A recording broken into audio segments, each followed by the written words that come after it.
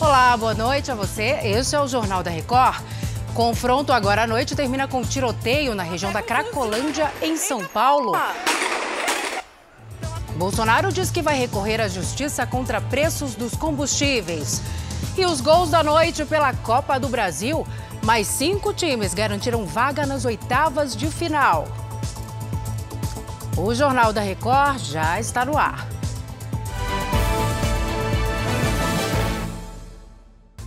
Oferecimento Bradesco Prime. Conecta você aos seus investimentos.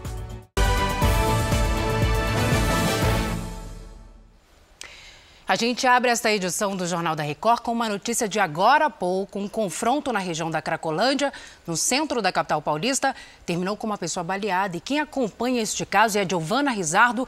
Giovana, boa noite para você.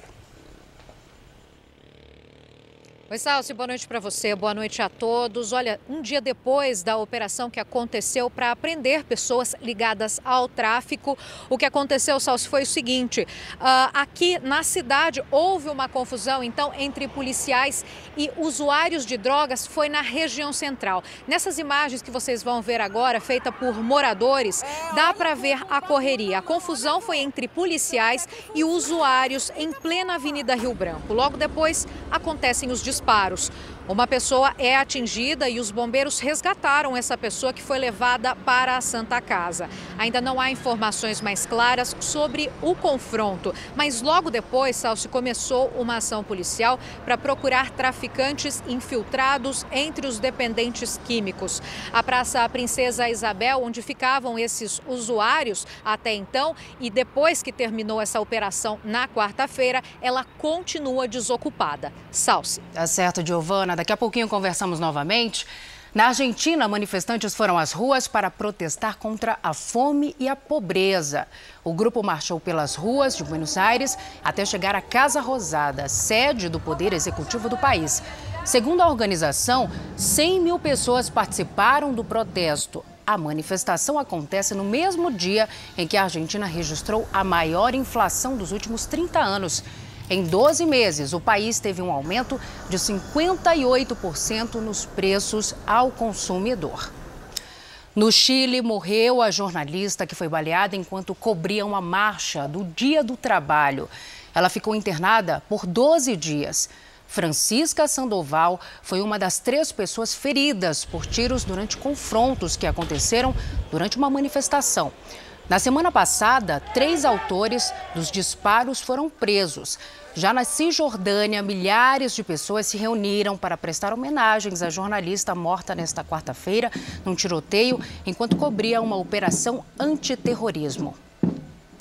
Olha, a Anvisa prorrogou o uso emergencial de vacinas e medicamentos para a Covid-19. Quem detalha melhor isso para a gente direto de Brasília é a repórter Narla Aguiar. Narla, minha querida, boa noite para você. Boa noite, Salsi. Olha, as autorizações vão ser válidas por mais um ano e as empresas, ainda sem permissão, vão ter o mesmo prazo para solicitar o registro. A decisão vem para garantir o tratamento da Covid-19 depois que foi decretado o fim da emergência de saúde pública. Com isso, as autorizações de uso emergencial perderiam automaticamente a validade. No caso das vacinas, a medida só se aplica à Coronavac. O imunizante é o único que ainda tem apenas o uso emergencial aprovado. E caso o registro definitivo não saia nesse prazo de um ano, a vacina não vai mais poder ser usada. Atualmente, a Coronavac é aplicada principalmente em crianças e adolescentes. Salsi. Certo, Narla. Até daqui a pouquinho. Os Estados Unidos atingiram a marca de 1 milhão de mortes por Covid-19. A Casa Branca recomendou à população que continue vigilante. O governo pede que o Congresso mantenha as verbas para vacinas, testes de Covid e tratamento da doença.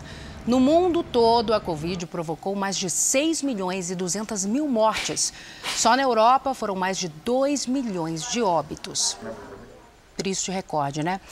Em Cuba, foi resgatado o corpo da última vítima da explosão em um hotel de luxo, em Havana. No total, foram 45 mortes, incluindo crianças e uma grávida. 16 pessoas estão internadas com ferimentos. O governo decretou luto oficial em homenagem às vítimas. O acidente aconteceu há 6 dias e foi causado por um vazamento de gás. Os 4 primeiros andares ficaram destruídos. O Brasil atingiu um número impressionante de multas de trânsito por pessoas motoristas que usam celular ao volante. O Pedro Paulo Filho detalha pra gente essa situação, né, Pedro? Boa noite para você. Pois é, Salsi, uma boa noite para você e a todos. Olha, são cerca de 28 pessoas multadas por hora no país. São pelo menos 675 brasileiros que se arriscam em dirigir e usar o celular ao mesmo tempo todos os dias, ou mais de 246 mil em um ano. Esse alerta é da Associação Brasileira de Medicina do Tráfego.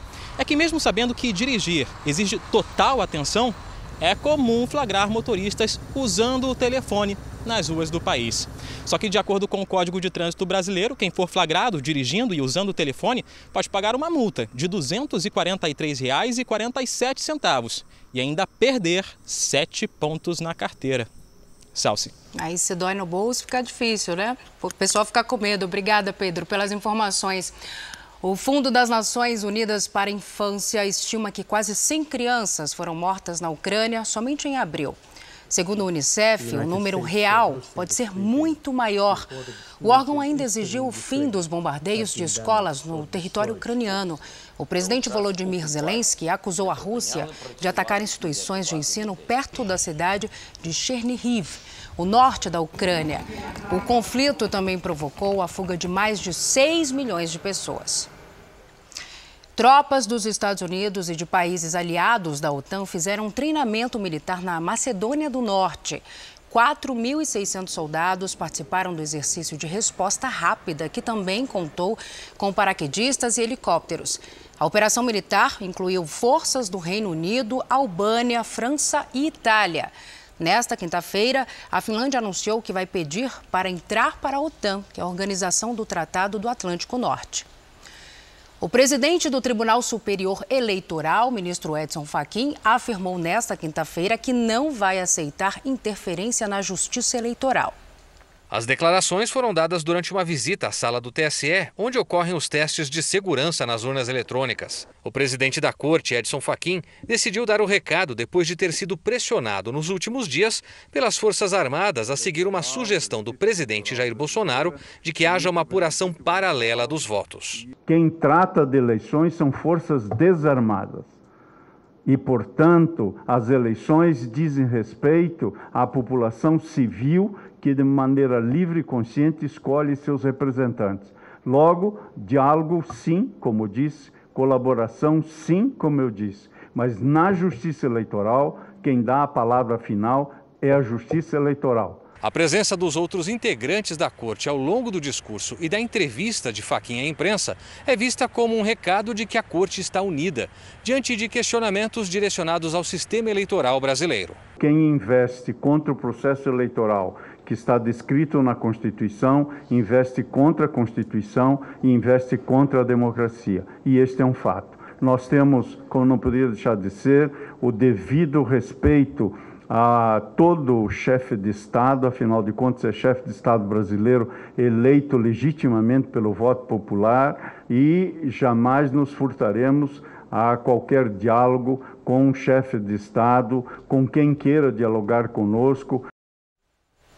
E agora à noite, na live das quintas-feiras, o presidente Jair Bolsonaro afirmou que o ministro Edson Fachin foi descortês com as Forças Armadas. O ministro Fachin, que atualmente é o presidente do Tribunal Superior Eleitoral, disse que quem trata de eleição são as forças desarmadas. Ninguém nada interferirá na justiça eleitoral. Eu não sei de onde ele está tirando esse fantasma. E as Forças Armadas querem interferir na justiça eleitoral. Deixo claro que as Forças Armadas não estão se metendo nas eleições. Elas foram convidadas por uma portaria do então presidente Barroso, a portaria TSE 578, de setembro do ano passado. Chama-se Comissão de Transparência das Eleições. Então, as Forças Armadas vão continuar fazendo o trabalho, a não ser que o ministro revogue a portaria. Agora, por favor, não se refira dessa forma às Forças Armadas, porque eu sou capitão do Exército, me coloco como militar. É uma forma bastante descortês de tratar uma instituição que presta, em várias áreas, excelente serviço ao Brasil. O presidente também disse que vai recorrer à justiça para baixar o valor dos combustíveis. Bolsonaro não deu detalhes da ação que pretende apresentar, mas comentou que é necessário tomar alguma atitude e que a Petrobras precisa ter responsabilidade com a população. A Advocacia Geral da União passou a defender a Val do Açaí no processo em que ela é acusada de ter sido funcionária fantasma de Jair Bolsonaro no Congresso Nacional. Segundo o Ministério Público, ela nunca esteve em Brasília e não exerceu nenhuma função relacionada ao cargo. A AGU assumiu a defesa, alegando que os atos atribuídos à ex-funcionária do presidente teriam sido praticados enquanto ela ocupava um cargo público. O caso é analisado pela Justiça Federal em Brasília. A agenda econômica deve ser o foco prioritário do Congresso Nacional este ano. A afirmação é do deputado Silvio Costa, do Republicanos de Pernambuco. Ele participou do JR Entrevista desta quinta-feira. Já aprovamos um requerimento convidando o presidente da Petrobras para poder falar sobre os aumentos de combustíveis, sobretudo da gasolina e do diesel, que a gente está tendo nos postos de combustíveis, que está afetando a população brasileira. Aprovamos um requerimento convidando o presidente do Banco Central, Dr. Roberto Campos, que é um quadro profundamente qualificado, e eu tive a oportunidade de ser relator da autonomia do Banco Central no ano passado, uma pauta importante para o Brasil, mas a gente quer poder discutir, né, a inflação no Brasil, que hoje está penalizando aqueles que mais precisam. Estamos em ano de eleições majoritárias. É possível votar ainda algum projeto importante na Câmara? Que projeto o senhor acredita, que assunto o senhor acredita que pode ser discutido e aprovado ainda antes das eleições? Eu tenho defendido que nesses próximos 3, 4 meses o Congresso possa focar a sua agenda na área econômica, que a gente tente avançar na reforma tributária, que a gente possa fazer uma discussão para ampliar a capacidade de investimentos no Brasil. Como é que o senhor avalia a expectativa da eleição presidencial para esse ano? Vai ser muito acirrada, muita discussão? Olha, é uma eleição muito dura, uma eleição muito tensionada. Eu torço como brasileiro, né, independente de posições ideológicas, que a gente possa ter no Brasil um debate de conteúdo. De volta ao Brasil, o presidente do Senado, Rodrigo Pacheco, afirmou agora à noite que é preciso defender a democracia em tempos de atentados nocivos à sociedade brasileira. Essa declaração foi durante a abertura do Congresso Brasileiro de Magistrados em Salvador, na Bahia. Segundo Pacheco, é preciso haver o fortalecimento das instituições e o Congresso deve combater excessos que consideram nocivos para a sociedade. As declarações do presidente do Senado vieram em meio a uma crise entre os poderes executivo e judiciário. O Banco Nacional de Desenvolvimento Econômico e Social, o BNDES, teve lucro de quase 13 bilhões de reais no primeiro trimestre deste ano. A Narla Guiar está de volta aqui com a gente, ela tem os detalhes, não é, Narla? Isso, Salsi. O lucro representa um crescimento de 32% em relação ao mesmo período do ano passado, ao primeiro trimestre do ano passado. O ativo do sistema BNDES totalizou 750 bilhões em 31 de março, 1,7% a mais que na mesma data do ano passado. A inadimplência, com mais de 3 meses, se manteve baixa, em 0,21%. E o patrimônio líquido atingiu 142 bilhões de reais, um aumento de 12%. O presidente do banco, Gustavo Montesano, falou sobre uma eventual desestatização da Petrobras, pois a modelagem de privatização das estatais precisa obrigatoriamente passar pelo BNDES, mas ele não estabeleceu um prazo para que isso de fato aconteça. Salsi. Obrigada, Narla, pelas informações. Agora, de olho no mercado financeiro, o dólar comercial fechou o dia em leve queda de 0,09%. Você acompanha aqui no telão, vendido a R$ 5,13. Já o índice da Bolsa de Valores de São Paulo fechou em alta nesta quinta-feira, viu? De 1,24% aos 105 mil pontos. Voltamos para São Paulo porque a concessionária responsável por parte do transporte metropolitano foi multada em mais de 3,5 milhões de reais. Giovana Rizardo também está de volta aqui ao JR 24 Horas. Giovana, você tem os detalhes, não é a primeira vez que essa empresa é multada, né? O que acontece?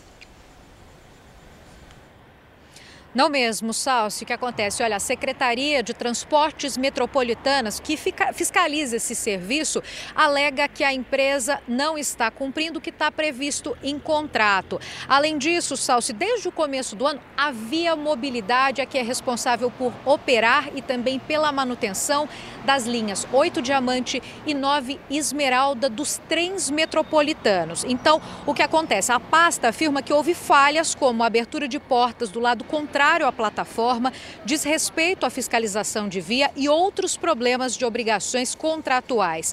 Em março deste ano, a Via Mobilidade já tinha recebido uma multa de 4.300.000 reais. A empresa apresentou defesa e agora está em análise. Somadas, essas duas multas somam quase 8 milhões de reais. Salsi. Obrigada pelos detalhes, Giovana. A Receita Federal publicou as novas regras para a isenção de IPI na compra de carros por pessoas com deficiência. Agora os veículos podem custar até R$200 mil. Amanda é mãe do Leonardo, de 8 anos. Ele nasceu surdo. Aos 2 anos fez um implante para conseguir ouvir, por isso é considerado deficiente auditivo. E pela primeira vez pode ser enquadrado na regulamentação que isenta a cobrança de IPI na compra de carro zero. Nós vamos poder utilizar desse benefício para a aquisição de um veículo que vai conduzir o Léo, não só para as terapias, né, mas também para o lazer, para todas as outras atividades que o Léo precisa, né, e necessita como criança. Desde janeiro, as análises estavam paralisadas porque a nova lei precisava ser regulamentada pela Receita Federal, o que só aconteceu agora. Entre as novidades está o aumento do valor máximo do veículo, que subiu de 140 mil para 200 mil reais. Para ter direito à isenção, a pessoa deve se enquadrar em pelo menos uma das categorias: deficiência auditiva, física, visual, mental ou transtorno do espectro autista. A comprovação não foi alterada, tem que ser feita por laudo médico por profissional autorizado pelos departamentos de trânsito dos estados. Depois de 3 reuniões, a Prefeitura de Belo Horizonte e o Sindicato das Empresas de Ônibus entraram em acordo. A Virgínia Nalon está na capital mineira, traz os detalhes para a gente do que finalmente foi decidido, não é, Virgínia? Boa noite para você. Exatamente, viu, Salso? Boa noite para você. O acordo firmado nesta quinta aqui na Prefeitura promete aumentar o número de ônibus circulando e congelar a tarifa até março do ano que vem. Em troca, as empresas vão receber um subsídio no valor de 237 milhões de reais. O acordo ainda precisa ser avaliado pelos vereadores, o que deve acontecer na próxima terça-feira. A partir daí, o projeto passa a tramitar na Câmara Municipal. Será analisado pelas comissões e, em seguida, votado. O termo também prevê modernização do transporte e o aumento no número de viagens nos dias úteis. Tomara, Salsi. Tomara, obrigada pelos detalhes, Virgínia. A Força Aérea Brasileira expulsou o sargento flagrado com 37 quilos de cocaína. Manuel Silva Rodrigues foi preso na Espanha em 2019, em um voo da comitiva presidencial. Em fevereiro, ele foi condenado pela Justiça Militar Brasileira a mais de 14 anos de prisão. Hoje, ele cumpre pena na Espanha por tráfico internacional. Em Israel, a equipe do Jornal da Record conheceu um bebê que tem hepatite aguda. Os especialistas que cuidam do menino acreditam que a doença não é contagiosa, mas dizem que pode haver alguma relação com o coronavírus. Benaya Nagar tem 1 ano e meio de idade. Há 2 meses, a mãe dele, Timor, sentiu que algo estava errado e levou o menino ao médico. Foi o início de uma procura por um diagnóstico e uma cura. Benaya vive em Beersheba, no sul de Israel, com seus pais e 3 irmãos. Mas foi aqui, neste hospital em Jerusalém, que os médicos conseguiram salvar a vida do menino. Foram semanas de testes até que os médicos acharam a resposta. Benaya contraiu uma forma misteriosa de hepatite que afeta crianças em todo o mundo. A Organização Mundial da Saúde alertou esta semana que investiga cerca de 350 casos de hepatite aguda entre crianças em 5 regiões do mundo. e em mais de 20 países. No Brasil, há mais de 20 casos suspeitos. Israel registrou 40 casos da doença nos últimos 12 meses. 2 crianças precisaram de transplantes de fígado. Os sintomas registrados em muitas crianças incluem vômitos, febre e dor de barriga. Mas esse não foi o caso de Benayá. Ele não vomitava, não estava com dor, mas eu senti no meu coração que algo estava errado. Ele ficou quieto, sem energia, e notamos que a pele dele e os olhos estavam ficando cada vez mais amarelos, conta a mãe.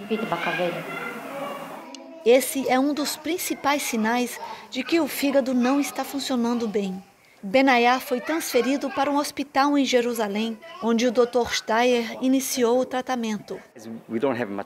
A gente não podia esperar mais. Ele estava piorando. Fizemos uma biópsia do fígado e os resultados foram parecidos aos da hepatite autoimune, explica. Benayá se recuperou da doença, mas ainda toma remédios e faz testes semanais de sangue para saber se o fígado está estável. Os médicos dizem que a doença não é contagiosa e parece ser autoimune, ou seja, provocada pelo sistema imunológico do próprio organismo. O Dr. Steyer ainda explica que em Israel, todas as crianças que ficaram doentes com a nova hepatite já foram infectadas pelo coronavírus.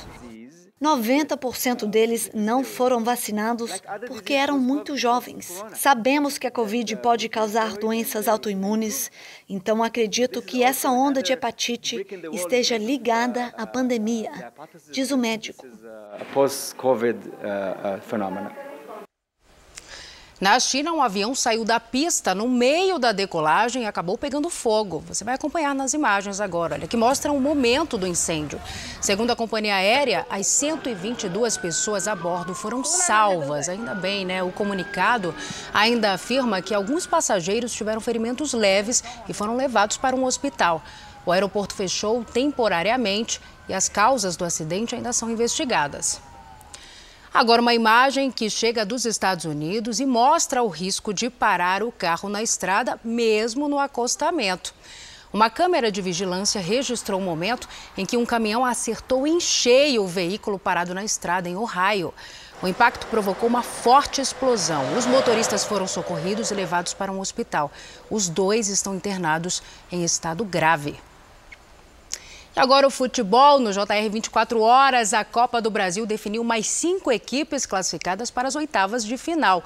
Em Salvador, o Fortaleza venceu Vitória por 1-0 e garantiu vaga na próxima fase.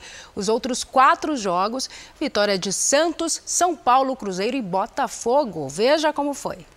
Na Arena Barueri, Igor Vinícius cobrou escanteio e o zagueiro Arboleda, de cabeça, abriu o placar para o São Paulo contra o Juventude. No segundo tempo, Igor Vinícius arrancou, invadiu a área e bateu colocado para ampliar. Final, São Paulo classificado 2, Juventude 0. Em Belo Horizonte, o Cruzeiro precisava vencer o Remo por 2 gols de diferença para se classificar. O gol só saiu no segundo tempo. Edu aproveitou a sobra e colocou o time mineiro em vantagem. E ficou nisso. Mas como o Cruzeiro havia perdido o jogo de ida por 2-1, a decisão foi para os pênaltis. E aí brilhou a estrela do goleiro do Cruzeiro. Rafael Cabral defendeu 4 cobranças e garantiu o time mineiro na próxima fase. Na Vila Belmiro, o Santos precisava vencer o Coritiba. O primeiro do Peixe saiu no início do segundo tempo. Johan Júlio bateu a falta, a bola sobrou para o uruguaio Velásquez. Muralha fez a defesa, mas na sobra o artilheiro Marcos Leonardo marcou. Na sequência, o lateral Lucas Pires cruzou para Madison marcar de cabeça. E o terceiro veio com este chute de fora da área de Rodrigo Fernandes. Santos classificado 3, Coritiba 0. No Rio de Janeiro, o Botafogo recebeu Ceilândia do Distrito Federal. Patrick de Paula aproveitou o rebote do goleiro Matheus Kaiser para fazer o primeiro do time carioca. No segundo tempo, Chay tocou para Matheus Nascimento bater entre as pernas do goleiro. E ele ainda marcou o terceiro com um chute rasteiro. Vitória por 3-0 e classificação do Botafogo. Os atacantes brasileiros deram um show na goleada do Real Madrid sobre o Levante. O Real já é campeão antecipado do espanhol. O francês Mendy tocou na saída do goleiro e abriu o placar. O segundo veio com Benzema de cabeça após cruzamento de Vinícius Júnior. Daí pra frente só teve gol brasileiro. Modric cruzou rasteiro e Rodrigo completou para o gol. Vinícius Júnior tabelou com Modric e fez o quarto do time merengue ainda no primeiro tempo. Na segunda etapa, Benzema driblou o goleiro e tocou para Vinícius Júnior fazer mais um. Toni Kroos lançou Vinícius Júnior na área e o atacante brasileiro bateu na saída do goleiro para marcar o terceiro gol dele na partida. Final, Real Madrid 6, Levante lanterna do campeonato 0. Cientistas da Universidade da Flórida, nos Estados Unidos, conseguiram cultivar plantas em amostras de solo vindas da Lua. Esta é a primeira vez que as plantas brotam e crescem em material lunar. Para o estudo, foram utilizados apenas 12 gramas do solo coletado pela NASA durante missões à Lua. As mudas ficaram menores e cresceram mais devagar na comparação com plantas cultivadas em solo terrestre. E um grupo internacional de cientistas conseguiu registrar uma imagem inédita de um buraco negro que fica no centro da Via Láctea. O buraco negro Sagitário A fica a 26 anos-luz da Terra e a foto só foi possível com um conjunto de telescópios e observatórios. A imagem é considerada um marco para a astronomia. Segundo os pesquisadores, o registro desenvolve os estudos sobre buracos negros no universo e avança o conhecimento sobre as galáxias. Este foi o Jornal da Record. Outras informações no Fala Brasil, às 8h30 da manhã. Você fica agora com o Fala que eu te escuto. Uma ótima noite para você. Cuide-se. Tchau.